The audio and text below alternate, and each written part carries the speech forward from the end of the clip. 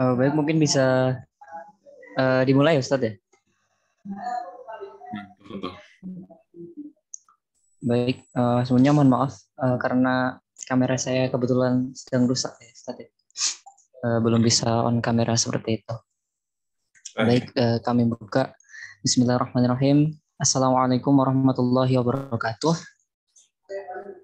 Innal hamdalillah nahmaduhu wa nasta'inuhu wa nastaghfiruh wa na'udzu billahi min syururi anfusina wa min sayyiati a'malina. May yahdihillahu fala mudhillalah wa may yudlil fala hadiyalah. Asyhadu an la ilaha illallah wa asyhadu anna Muhammadan abduhu wa rasuluh la nabiyya wa rasul ba'dah. Alhamdulillahirabbil alamin. Pertama-tama tak lupa kita panjatkan puji syukur kehadirat Allah Subhanahu wa taala karena dengan limpah nikmatnya kita masih diberi kesempatan untuk berkumpul pada sore hari. Kemudian salawat dan salam semoga selalu tercurah limpahkan kepada junjungan kita Nabi Muhammad SAW, kepada keluarga beliau, sahabat dan sahabiah beliau, serta orang-orang yang istiqomah berjalan di bawah naungan sunnah beliau hingga hari kiamat kelak. Amin amin ya rabbal alamin. Sebelumnya perkenalkan, saya Indra Octavian Hidayat. Di sini selaku MC yang insya Allah akan memandu jalannya acara selama beberapa jam ke depan. Insya Allah Ta'ala hari ini akan dilanjutkan kembali pembahasan kitab Matan Abu Syuja yang akan dibawakan oleh guru kita Ustadz Rashid Abu Rashidah Hafizahullah Ta'ala dengan tema syarat-syarat salat. Namun sebelumnya saya ingin mengingatkan kepada teman-teman untuk selalu menjaga adab-adab dalam bermajelis seperti berwudu, berpakaian yang nyaman, dan tak lupa mencatat faedah sebanyak-banyaknya. Selain itu, jika teman-teman mempunyai pertanyaan, silahkan dituliskan di kolom chat Zoom atau bisa juga melalui live chat di YouTube yang insya Allah nanti akan kami bacakan di akhir acara. Baik, untuk mempersingkat waktu, mungkin langsung saja, tak perlu berlama-lama lagi, pada Ustadz Rashid Abu Rashidah, Hafizahullah Ta'ala, kami persilakan. Silakan Ustadz. Baik. Bismillahirrahmanirrahim. Assalamualaikum warahmatullahi wabarakatuh. Alhamdulillah. Alhamdulillahilladzi hadana lihada wa ma kunna linahtadiya laula an hadana Allah. Allahumma salli wa sallim ala habibina wa qudwatina Muhammad sallallahu alaihi wa ala alihi wa sallam. ومن اهتدى بهديه واستنى بسنته واقتدى بقدوته إلى يوم الدين أما بعد. Alhamdulillah, bersyukur kita kepada Allah. Di sore hari ini Allah masih senantiasa memberikan kepada kita nikmat dan juga rahmat, memberikan kepada kita nikmat iman, nikmat sehat, dan nikmat waktu luang. Begitu pula memberikan kepada kita rahmatnya berupa ketundukan hati, berupa kepekaan hati, untuk memanfaatkan nikmat-nikmat yang ada dalam rangka ketaatan. Semoga duduknya kita, menyimaknya kita, atau mencatatnya kita pada kesempatan di sore hari ini tercatat di sisi Allah Azza wa Jalla sebagai sebuah ketaatan yang dapat memperberat timbangan kebaikan kita kelak di yaumil qiyamah. Salawat dan salam juga senantiasa kita haturkan pada junjungan kita bersama Nabiullah Muhammad sallallahu alaihi wa ala alihi wasallam, juga pada keluarga beliau, istri-istri beliau, sahabat-sahabat beliau, dan seluruh pengikut beliau yang senantiasa istiqamah menjalankan sunnah beliau sallallahu alaihi wa ala alihi wasallam. Alhamdulillah. Ikhwatal iman, ahbakumullah. Kembali kita lanjutkan pembahasan tentang Matan Abi Syuja, di mana pada pertemuan lalu kita telah membahas bersama-sama syarat wajibnya salat, di mana kita sampaikan bahwa wasyara itu wujubis salah thalatha. Syarat wajibnya salat itu ada 3, yakni Islam, wal bulugh, wal aql. Islam, baligh, dan juga berakal. Dan kita sampaikan pula pada pertemuan yang lalu, ketiga syarat ini adalah ketiga syarat mutlak. Makanya dikatakan wa huwa haddut taklif. 3 syarat ini adalah batasan dari taklif alias pembebanan hukum seseorang. Nah, ketika syarat wajibnya salat kita telah bahas bersama-sama, maka sekarang kita masuk pada syarat sahnya salat. Disebutkan di sini qala muallif rahimahullah wa syaraitu shalah qabla ad-dukhuli fiha khamsatun, dan syarat di mana sebelum memasuki salat itu ada 5. Syarat sebelum memasuki salat itu ada 5. Apa saja syarat-syarat sebelum memasuki salat? Perlu diketahui bahwa secara etimologi, syarat ini berarti tanda atau sesuatu yang harus ada sebelum didirikannya sesuatu. Sesuatu yang harus ada sebelum didirikannya sesuatu, yakni sesuatu yang dijadikan peribadatan. Adapun sebagian pula bisa diartikan sebagai tanda. Seperti dikatakan asyratus sa'ah, tanda-tanda kiamat. Nah, adapun secara terminologi syarat yakni apa yang ketiadaannya mengakibatkan ketidaksahan suatu ibadah. Tapi dia bukan rukun. Dia harus ada sebelum sesuatu itu didirikan. Harus ada sebelum suatu yang disebut ibadah itu didirikan. Salat misalkan. Ibadahnya salat berarti sesuatu yang harus ada sebelum didirikannya salat.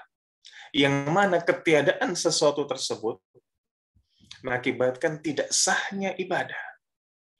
Ini yang dimaksud dengan syarat. Dan inilah yang kemudian dimaksudkan dalam beberapa syarah-syarah kitab. Beberapa syarah-syarah kitab. Syarah-syarah matan khususnya. Seperti disampaikan oleh Syekh Mustafa Dibbughal dalam At-Tadhib. Atau disampaikan pula Syekh Ibnu Taqiyuddin. Ini disampaikan. Dan syarat dari sholat ini banyak. Sholat itu punya banyak sekali syarat, punya banyak sekali rukun, punya banyak sekali kaifiyah atau tata cara. Dan syaratnya sebagaimana disebutkan oleh Syekh ada 5. Imam Nawawi juga menyebutkan hal yang sama dalam kitabnya Al-Minhaj. 5 syarat. Walaupun keduanya punya selisih alias punya perbedaan dalam tata cara. Nah, di sini disebutkan bahwa sebelum memasuki salat, berarti sebelum memasuki salat, qabla dukhul adalah pembatal sehingga tidak dihitung sebagai syarat. Maksudnya, ketika ada hal-hal yang belum komplit, alias tidak ada saat memulai rukun salat, takbiratul ihram, maka ini dianggap salatnya batal. Dianggap salatnya batal. Dan perlu diketahui, syarat dan rukun ini harus ada dan terus berkesinambungan untuk menjaga sahnya suatu ibadah, dalam hal ini salat. Seseorang benar rukunnya, mulai dari takbiratul ihram, membaca Al-Fatihah, dia mampu untuk berdiri, begitu pula dia ruku, dia kemudian i'tidal, dia sujud, duduk di antara 2 sujud, benar rukunnya, mulai dari fi'liyah sampai qauliyah, tidak ada yang salah. Tapi syaratnya salah, atau syaratnya kurang 1, ya tidak bisa. Atau syaratnya komplit, tapi rukunnya ada yang bolong, ada yang cacat. Seperti tidak ada Al-Fatihah, ya tidak sah. Sesuatu yang akan terus berdampingan dan sesuatu yang akan terus ada untuk menjaga keabsahan salat. Bedanya syarat ini berada di luar sesuatu yang dianggap ibadah, sementara rukun termasuk dalam sesuatu yang dianggap ibadah. Kalau sholat berarti syarat ini di luar sholat, kalau rukun berarti di dalam sholat. Baik. Lalu kita lanjutkan. Apa saja 5 itu? Taharatul a'dha'i minal hadathi wan najas. Yakni kesucian anggota badan dari hadas maupun najis. Sucinya anggota badan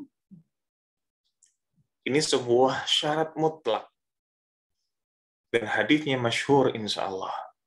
Nabi Shallallahu Alaihi Wasallam mengatakan, la yaqbalullahu salatan bighairi tuhurin. Allah tidak akan menerima salat yang dikerjakan bighairi tuhurin, tanpa bersuci. Maka kesucian anggota badan kita, baik itu dengan wudhu atau baik itu dengan mandi besar alias mandi janabah, ini adalah syarat yang mutlak. Suci dari hadas, baik itu hadas besar maupun hadas kecil. Baik. Allah Ta'ala juga menegaskan berkaitan tentang syarat ini dalam surat Al-Maidah. Allah mengatakan, ya ayyuhalladzina amanu idza qumtum ila sholati faghsilu wujuhakum.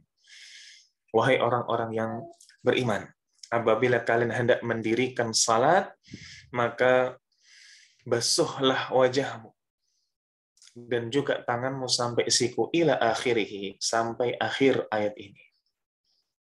Nah, 2 dalil yang kita sebutkan di atas ini sudah secara tegas menjelaskan kepada kita, mau itu salatnya sekhusyuk apapun, sebenar apapun, bahkan di tempat yang mulia apapun, di depan Ka'bah misalkan, tidak akan diterima oleh Allah kalau tanpa bersuci.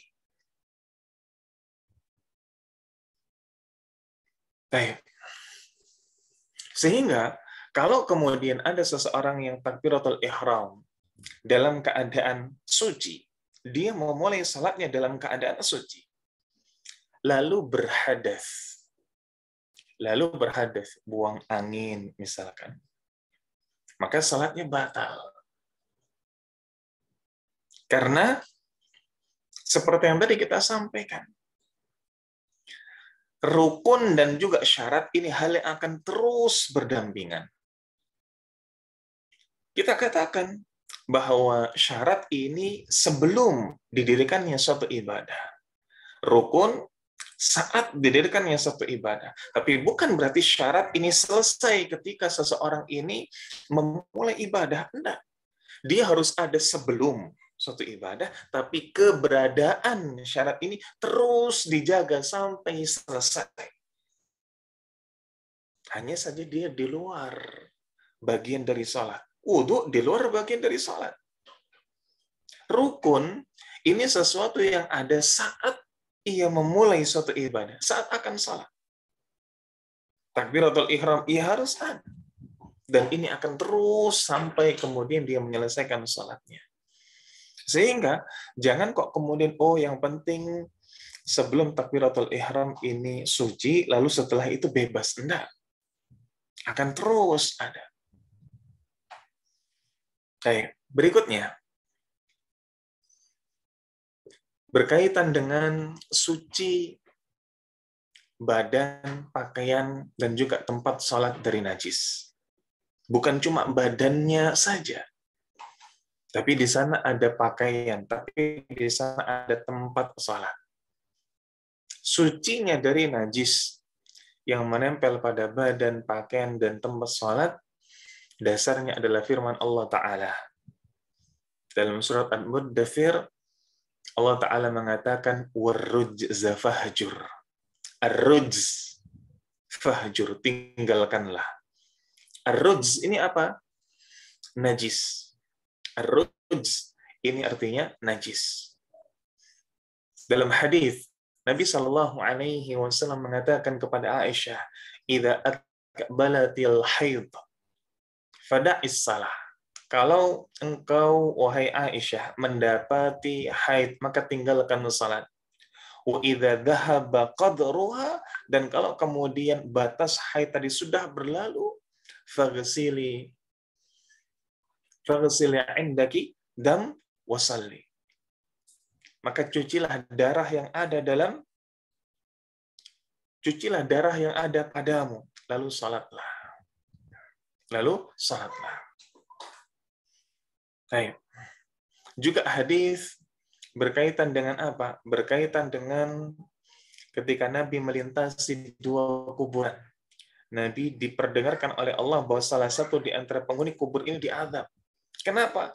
Karena ia tidak bersuci dari air kencing. Nah, di sini kita bisa tahu bahwa badan harus suci. Badan harus suci. Begitu pula tentang tempat atau tentang pakaian dulu. Ketika kemudian disebutkan tentang darah haid yang mengenai pakaian, Nabi Shallallahu Alaihi Wasallam mengatakan faghsili bilma, maka cucilah ia dengan air. Tentang tempat, kita tahu bersama dalam hadis yang masyhur ketika ada seorang Arab Badui yang kencing di masjid. Nabi Shallallahu Alaihi Wasallam katakan kepada para sahabat, tuangkan di sana seember air. Hadisnya sahih. Sehingga badan, lalu kemudian pakaian, dan juga tempat salat ini adalah sesuatu yang perlu dijaga kesuciannya sebelum dan selama salat. Sebelum dan selama salat. Nah, setelah kita tahu berkaitan tentang sucinya badan, pakaian, dan tempat, perlu pula kita ketahui bahwa najis ini ada dua macam. Ada najis yang terdapat di tempat yang mungkin dimaafkan. Dan ada najis yang tidak dimaafkan. Apa maksudnya najis yang tidak dimaafkan? Najis yang tidak dimaafkan ini najis yang ia secara keberadaan harus dijauhkan dari pakaian, badan, dan tempat. Kalau pakaian terkena najis, diketahui tempatnya, maka harus dicuci. Atau kalau nggak mau nyuci, ya dipotong tempat tersebut. Sehingga benar-benar tidak ada najis di sana. Walaupun kemudian itu ada di ujung pakaian, di ujung baju, di ujung mukena, di ujung sarung seseorang. Kalau memang ada najis dan diketahui ada najisnya, maka harus dihilangkan. Adapun yang kedua, najis yang terdapat di tempat tidak mungkin dimaafkan. Ini banyak. Seperti bekas najis yang masih menempel di dubur setelah bersuci dengan batu, maka ini ma'fuun anhu, dimaafkan. Kita pernah bahas di pembahasan awal-awal berkaitan dengan istinja dan istijmar. Cebok dengan air disebut dengan istinja. Cebok dengan media selain air disebut dengan istijmar. Nabi Shallallahu Alaihi Wasallam perintahkan untuk menggunakan 3 buah batu. Dalam hal ini telah kita sampaikan pula dengan 3 usapan. Maksudnya 3 buah batu ini, kalau batu ukuran sedang hanya bisa 1 batu 1 genggaman, maka ya sudah. Setiap batu 1 usapan. Tapi kalau kemudian media-media yang dalam sekali usapan bisa banyak Bisa banyak batu ataupun banyak tisu, maka terserah, mau mungkin batunya kecil-kecil, mau mungkin tisunya rangkap-rangkap. Ketika diusapkan 1, maka ini disebut 1 kali usapan. Dan Nabi memerintahkan untuk 3 kali usapan. Nah, kalau kemudian kita bersuci dengan batu, kita tahu tidak akan sebersih kalau kita menggunakan air. Tapi ketika dia sudah mengusap 3 kali, kalaupun ada bekas najis, dimaafkan. Kan jijik, Ustaz. Nah, jijik sudah perkara lain. Jijik ini sudah perasaan, jijik ini sudah akal. Islam bukan agama perasaan, bukan agama logika. Islam agama dalil. Islam agama dalil. Baik. Ini contoh yang pertama. Atau kemudian di sana contoh lain yang beberapa di antara kita pun sering bertanya-tanya dan menanyakan. Ketika di tanah yang kita tahu banyak sekali kotoran serta najis di sana. Entah mungkin kotorannya hewan, bahkan mungkin kotoran sebagian manusia ada di jalanan. Tapi ketika jalanan tadi kering, lalu kemudian berdebu, maka ada sebagian dari kotoran-kotoran tadi yang ikut terbawa oleh angin dan menjadi debu. Maka kalau kemudian menempel pada baju dan lain sebagainya, ini sesuatu yang sulit dihindari.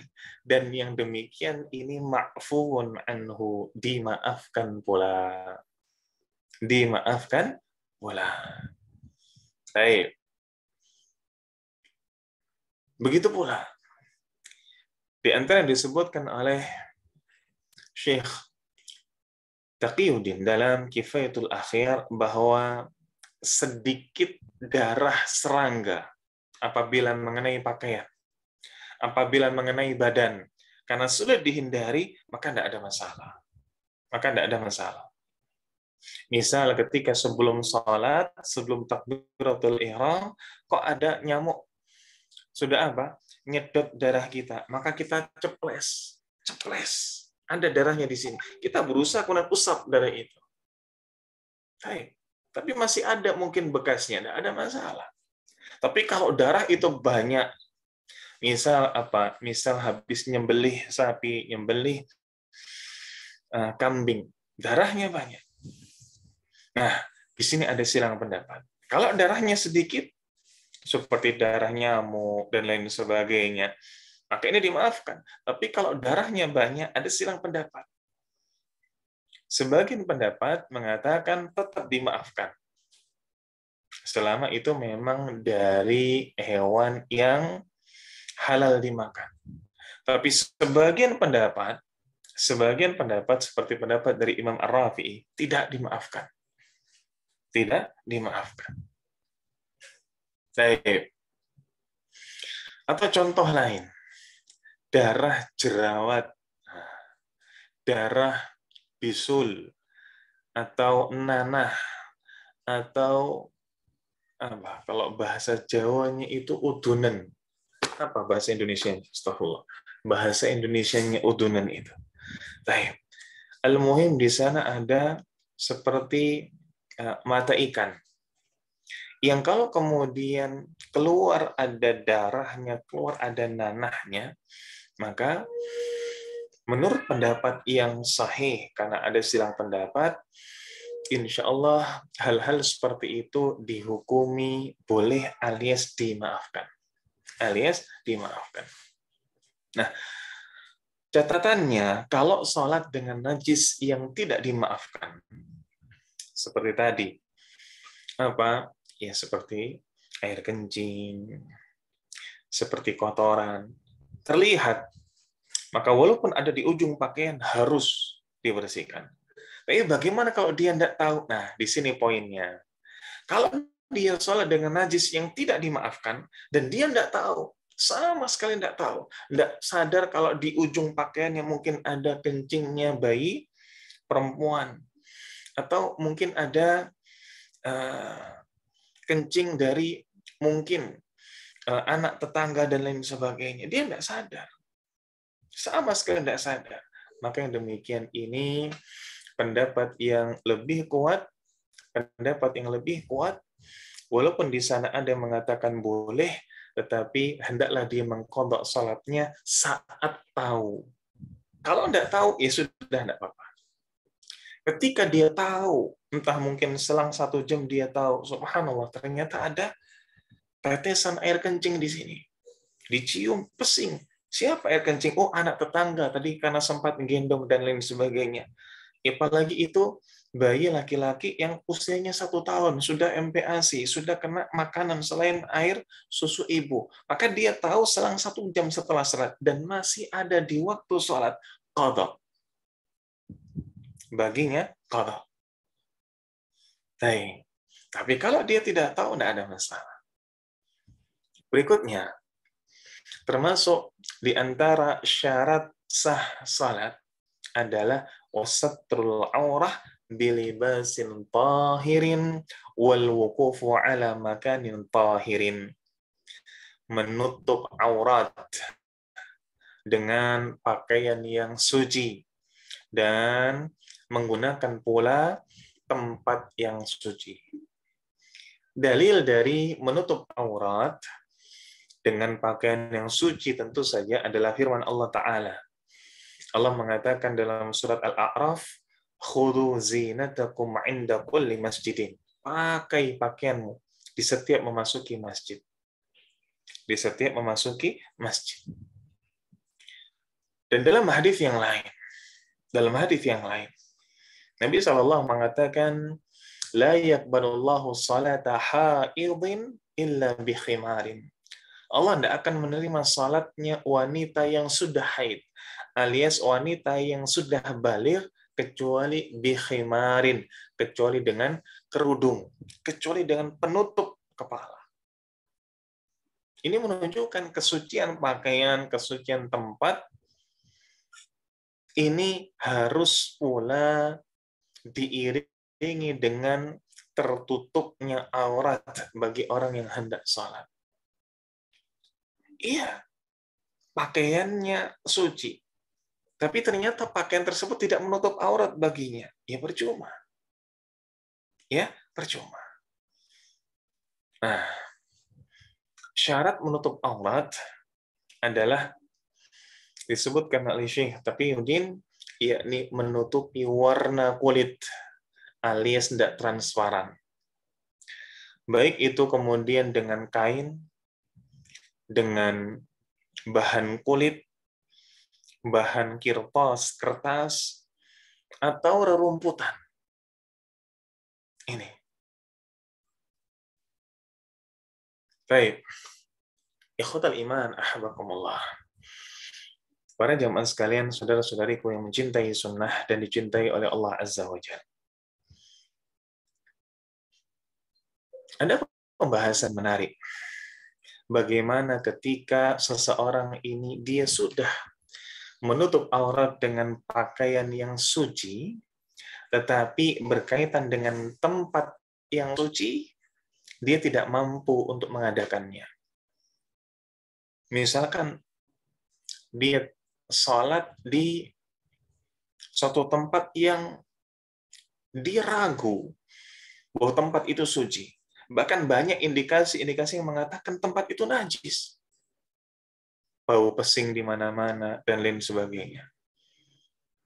Sehingga benar pakaian yang saat itu suci, menutup aurat. Tapi ketika dia sholat di tempat itu, bisa jadi kemudian pakaiannya ini terkena najis. Bagaimana yang seperti ini?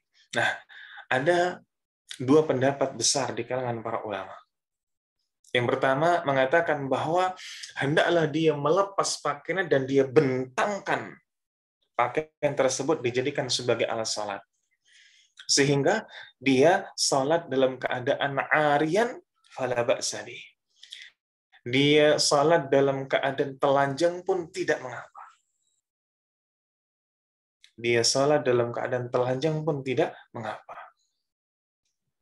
Dan pendapat yang kedua, hendaklah kemudian dia sholat tetap dengan baju tersebut. Walaupun dia berada di atas najis, sehingga ketika nanti mungkin duduk di antara dua sujud, atau mungkin ketika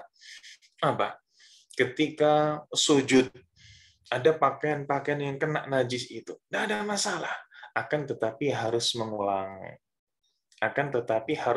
ketika mendapati tempat yang suci dan pakaiannya pun juga sudah suci.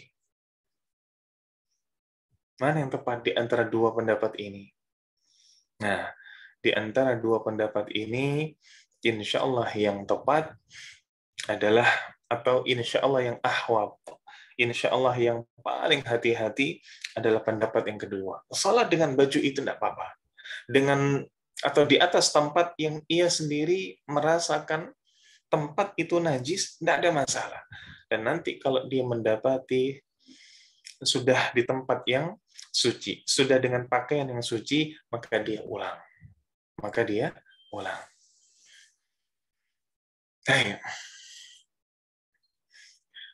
Lalu bagaimana berkaitan dengan motif baju? Apakah di sana ada batasan-batasan? Bolehkah kemudian sholat dengan baju yang bergambar, bercorak, atau mencuri perhatian seseorang? Bajunya apa? Bajunya misalkan pecinya merah ngejreng, lalu kemudian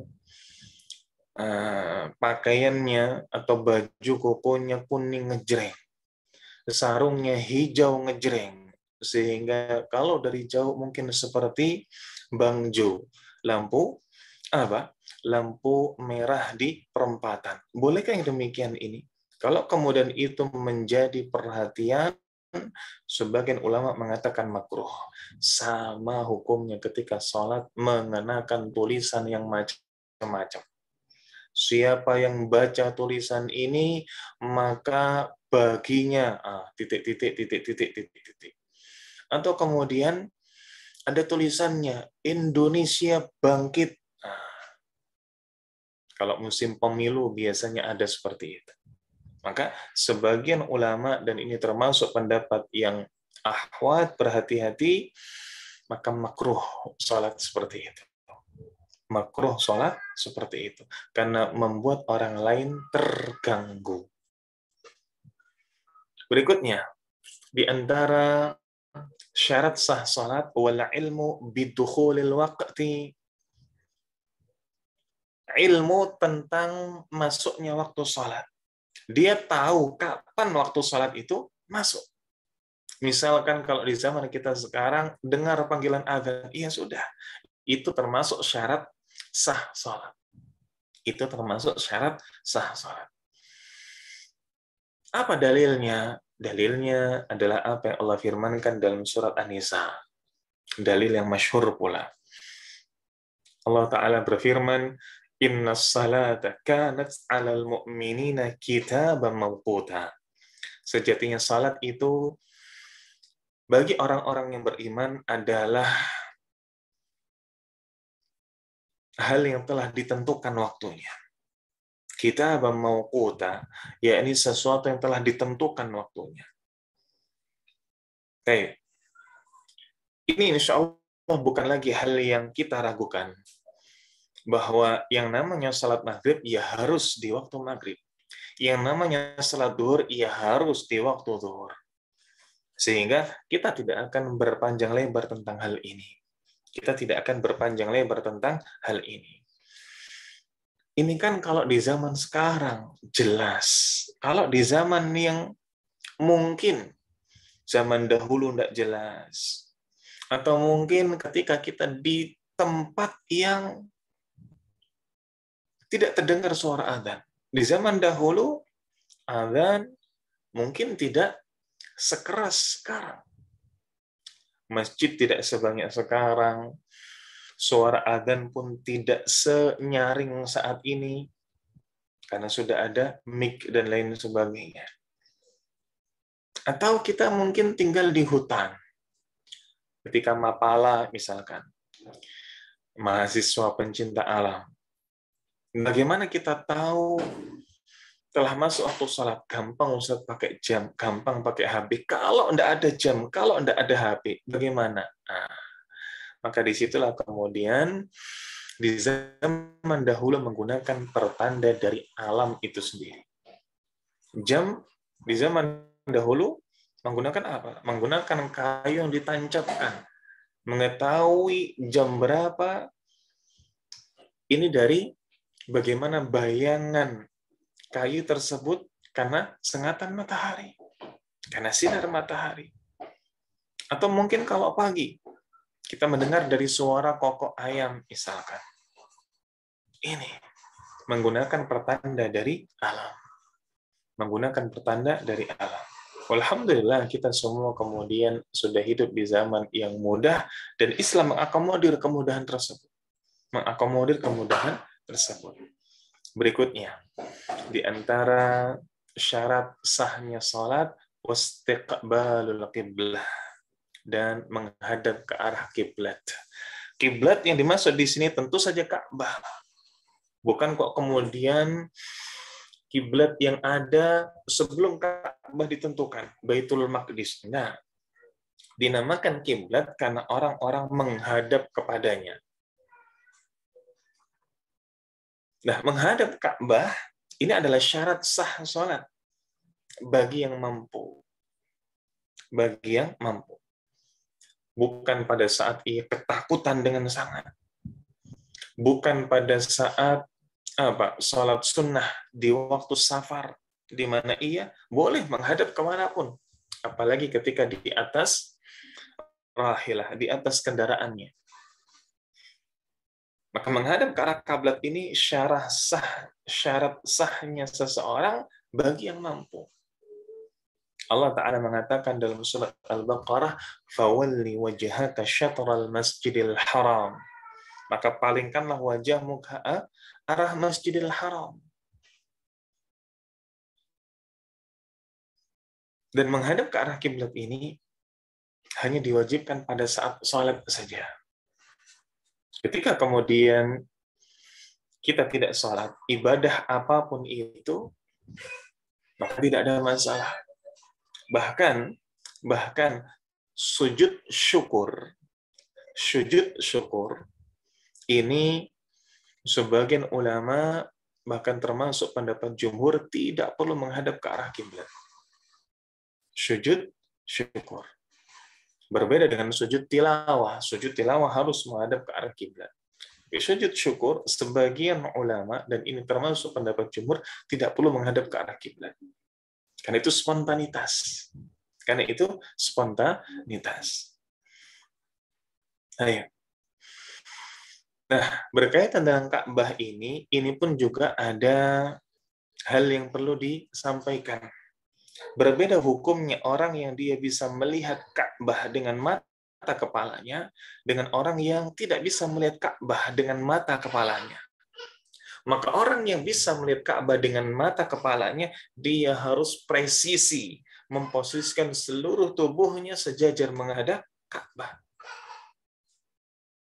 Kalau kemudian dia bisa menghadap ke arah kiblat, dia bisa melihat Ka'bah itu sendiri, dia bisa melihat kiblat, di hadapannya kiblat.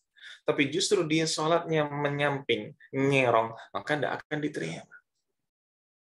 Tidak sah sholatnya. Adapun orang yang dia jauh, tidak bisa melihat Ka'bah, maka yang paling tepat dari banyak pendapat yang ada adalah jihatul Ka'bah. Dia harus menghadap ke arahnya kiblat saja. Arahnya mana? Oh, arahnya barat. Ya sudah, menghadap ke barat. Kalaupun nanti agak geser dikit atau antara satu dengan yang lain, baratnya beda. Yang satu barat rat-rat, barat presisi lurus. Yang satu barat agak ke kanan-kanan dikit. Nah, barat agak miring-miring dikit. Maka hal ini tidak ada masalah bagi orang yang tidak melihat Ka'bah, tidak menghadap ke arah kiblat secara langsung. Makanya sebetulnya kalau ada pelurusan arah kiblat, ini sesuatu yang tidak perlu kita perhatikan dengan berlebihan. Oh, ganti nih, agak serong dikit. Maka kemudian rame-rame geser karpet masjid. Rame-rame geser tempelan stiker soft di masjid. Ini tidak perlu sebetulnya, karena kita tidak melihat Ka'bah secara langsung. Sehingga kalau kita bisa melihat Ka'bah secara langsung, maka ainul Ka'bah. Kita harus menghadap ke arah di mana Ka'bah itu bisa kita lihat.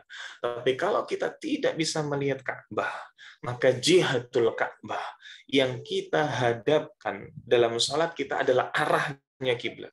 Mana arahnya kiblat, maka itu yang kemudian kita arahkan. Tidak harus presisi.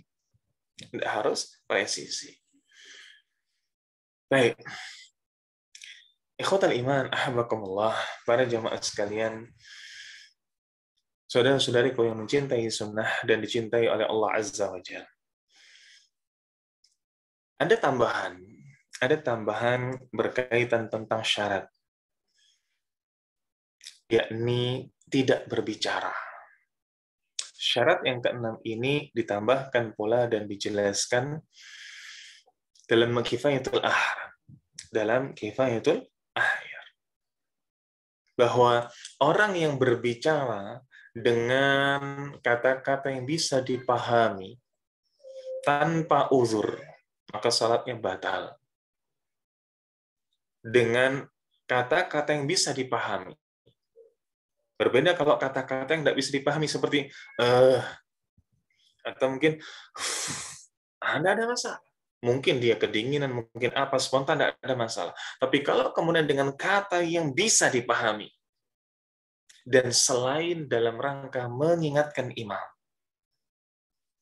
Seperti apa? Seperti ketika salat, lalu tiba-tiba dia mengatakan terang bulan, misalkan. Karena mungkin keluarganya ngidam terang bulan. Nah, tanpa uzur berbicara seperti itu, maka salatnya batal. Sebagian ulama bahkan merinci, bukan kata tapi huruf, seperti qaf, seperti kaf, seperti shin, seperti ra, seperti ain.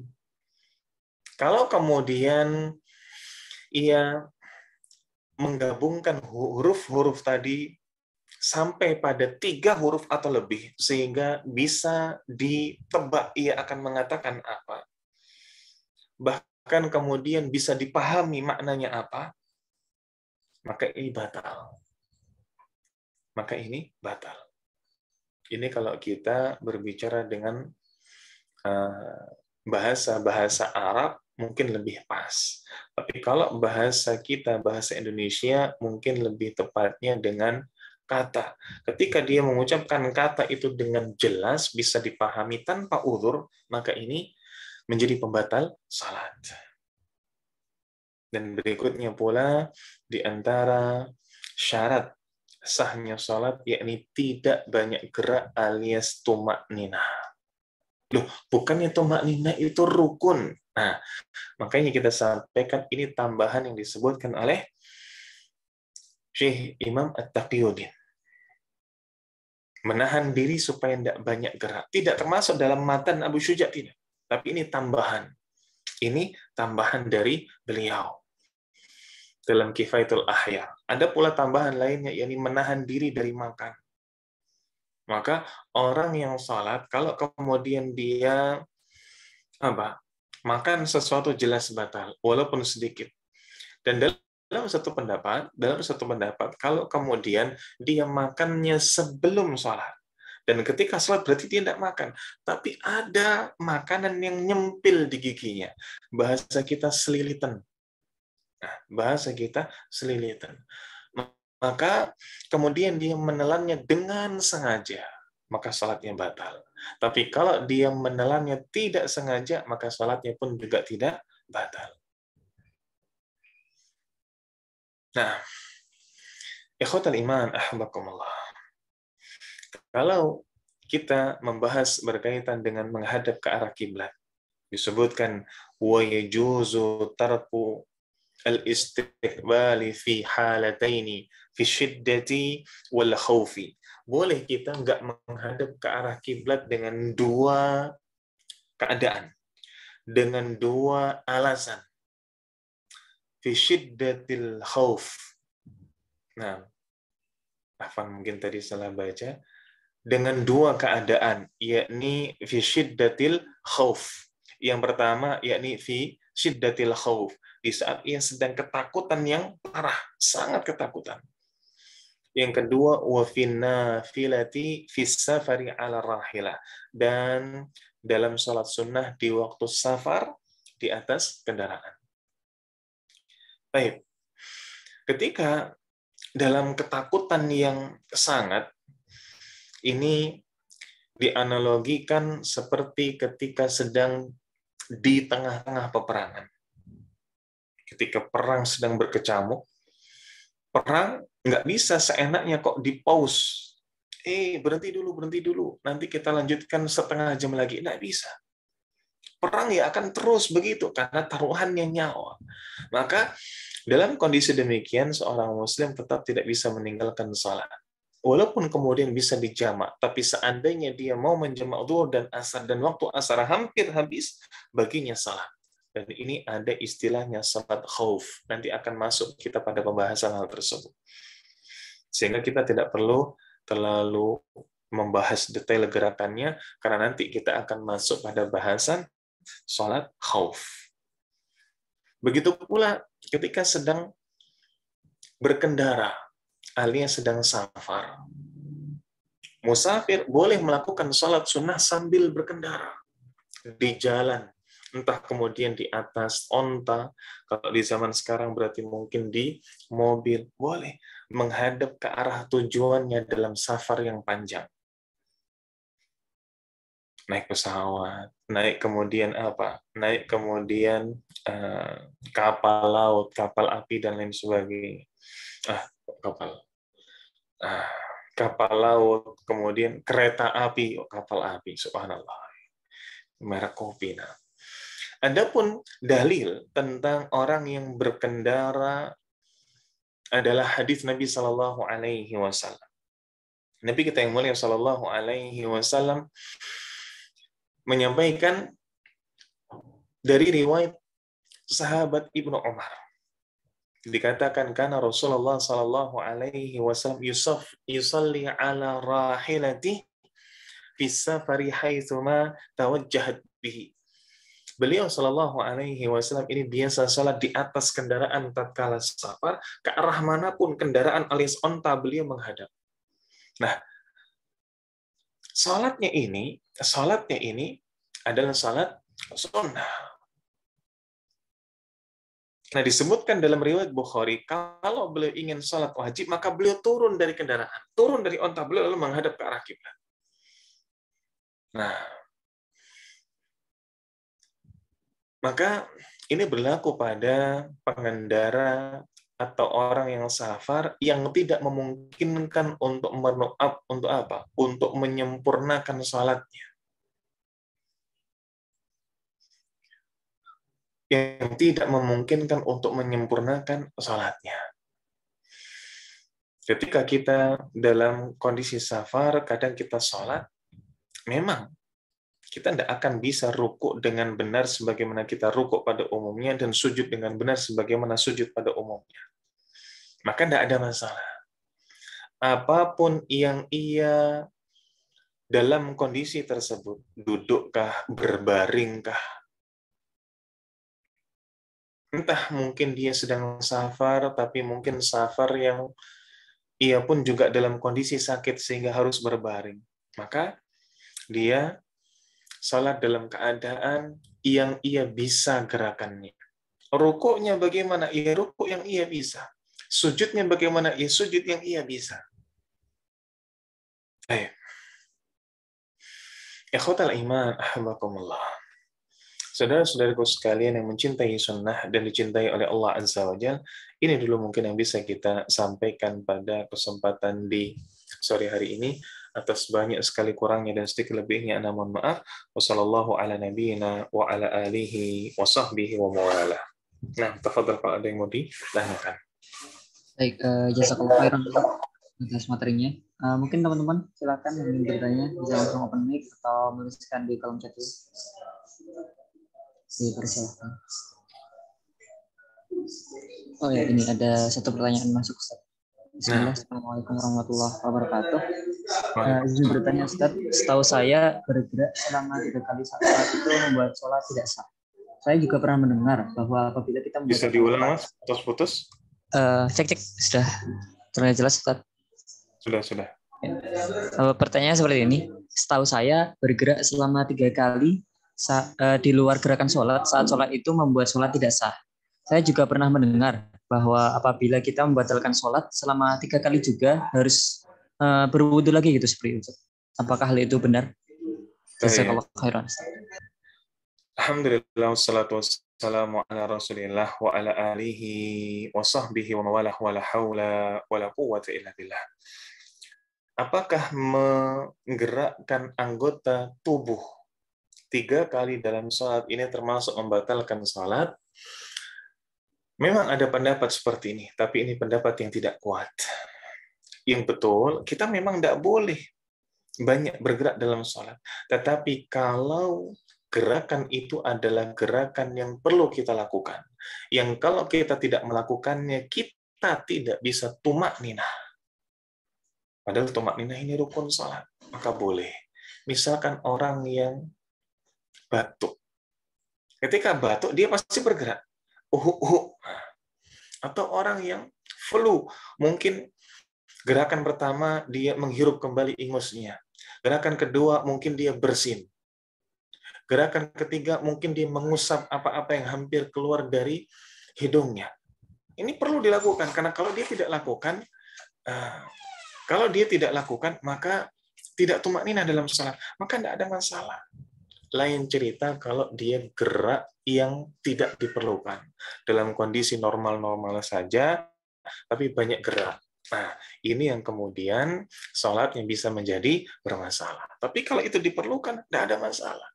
Karena menjaga ketumakninahan, ketenangan sholat, dan juga kekhusyukan sholat, ini juga bagian dari rukun. Baik. Adapun berkaitan dengan apa? Pertanyaan kedua. Yakni kalau kemudian batalkan sholat 3 kali berarti harus wudhu baru. Ini la aslalahu.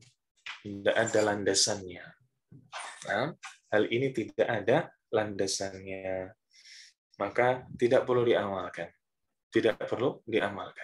Wallahu a'lam bishawab. Baik, jazakallah khairan Ustaz. Ini ada pertanyaan yang masuk lagi. Bismillah, izin bertanya Ustaz. Apakah saat sholat kita wajib memperdengarkan bacaan sholat hingga terdengar oleh diri sendiri? Jika iya, maka apa yang harus kita lakukan saat sholat di tempat yang cukup ramai? Jazakallah khairan. Baik. Alhamdulillah wassalatu wassalamu ala Rasulillah wa ala alihi wa sahbihi wa mawalah wa la haula wa la quwwata illa billah. Iya. Pendapat yang kuat atau pendapat yang paling tepat adalah telinga kita bisa mendengarkannya. Dan ini tidak harus kemudian bersuara. Maksudnya bersuara dengan lantang. Yang penting gerakan bibir ini ada dan bibir kita dan telinga kita bisa mendengar. Tidak harus kemudian ini dengan keras Bismillahirrahmanirrahim. Tidak. Bahkan lebih lirih Bismillahirrahmanirrahim. Ini pun kita sudah bisa mendengar. Maka keliru kalau kemudian seandainya harus telinga kita sendiri mendengar, maka berarti orang lain pun juga akan mendengar. Enggak. Kalau kita bisik-bisik dengan lirih, insya Allah telinga kita selirih apapun akan bisa mendengarnya. Selama itu adalah apa yang kita ucapkan sendiri dari lisan kita dan bibir kita bergerak. Orang lain tidak akan bisa mendengar. Mungkin hanya melihat bagaimana bibir kita berkomat kamit, tapi tidak bisa mendengar apa yang kita baca. Wallahu a'lam bishawab. Baik, jazakallah khairan Ustaz. Ini ada pertanyaan lagi. Assalamualaikum Ustaz. Izin bertanya, apakah sunnah rawatib qobliyah dan ba'diyah zuhur adalah harus selalu dikerjakan sebagai satu kesatuan? Misal tidak mengerjakan qobliyah tetapi mengerjakan ba'diyah, apakah hal tersebut diperbolehkan? Jazakallah khairan. Nah, alhamdulillah wassalatu wassalamu ala Rasulillah wa ala alihi wa sahbihi wa mawalah wa la haula wa la quwwata illa billah. Apakah qobliyah dan ba'diyah zuhur ini harus satu kesatuan? Kalau sudah qobliyah berarti juga harus ba'diyah. Berarti tidak boleh kalau kemudian tidak qobliyah Nggak boleh kalau nggak qobliyah, lalu dia ba'diyah. Ini nggak benar. Nggak benar. Tidak ada ibadah yang kemudian beruntutan, misalkan kalau ingin melakukan ini harus melakukan itu dulu. Nah, tidak ada ibadah yang demikian kecuali apa-apa yang menjadi rukun dari suatu ibadah, dan juga berkaitan dengan puasa. Rukun suatu ibadah misalkan, tidak boleh kok seseorang tuh rukuk dulu kalau belum berdiri takbiratul ihram. Nah, ini seperti itu. Rukun dari suatu ibadah, satu kesatuan ibadah, tidak boleh. Atau dalam puasa Syawal, dia tidak akan bisa mendapatkan pahala puasa Syawal secara komplit, secara sempurna kalau dia belum menyelesaikan puasa Ramadan. Tapi kaitannya dengan salat, ini tidak ada seperti itu. Apalagi salat sunnah. Kalaupun di sana terdapat hadis, barang siapa yang mengerjakan 4 rakaat sebelum duhur dan 4 rakaat setelah duhur, diharamkan baginya neraka. Maka ini fadilah tersendiri. Tapi bukan berarti kalau hanya mengerjakan 4 rakaat sebelum duhur dan tidak 4 rakaat setelah duhur, dia tidak boleh. Ini sesuatu yang terlarang baginya. Tidak, silahkan. Dia boleh cuma buat biasa, jadi boleh cuma qobliyah saja, boleh. Tapi dia tidak mendapatkan keutamaan seperti yang tadi kita sampaikan. Wallahu a'lam bishawab. Baik, jazakallah khairan Ustaz atas jawaban-jawabannya. Mungkin kami kasih waktu sekitar 1 menit lagi buat teman-teman yang ingin bertanya kepada Ustaz Rashid Abu Rashidah. Dipersilakan. Sampai pukul 17:06 sebelum kita tutup kajian pada sore hari ini.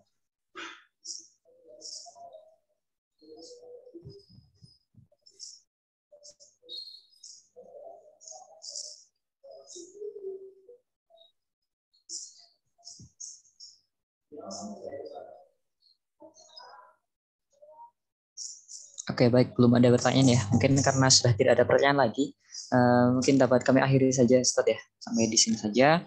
Terima kasih pada teman-teman yang sudah meluangkan waktunya untuk mengikuti kajian pada sore hari ini. Jazakumullah khairan. Semoga ilmu yang dapat kita dapatkan dapat bermanfaat dan dapat kita amalkan dalam kehidupan sehari-hari. Terima kasih juga kepada Ustaz Rashid Abu Rashidah hafizahullah taala. Jazakallah khairan. Semoga ilmu yang disampaikan bisa menjadi amal jariah dan pemberat timbangan Ustaz di hari kiamat kelak. Amin ya rabbal alamin. Mungkin cukup sampai di sini saja. Saya selaku MC dan segenap panitia mohon maaf apabila terdapat banyak kesalahan. Marilah kita tutup dengan doa kafaratul majelis. Subhanakallahumma bihamdika asyhadu an la ilaha illa anta astaghfiruka wa atubu ilaik. Terima kasih. Assalamualaikum warahmatullahi wabarakatuh. Jazakallahu khair Ustaz. Na'am wa iyyakum jazakallahu khairan. Baik, mana pamit. Barakallahu fikum. Wa barakallahu.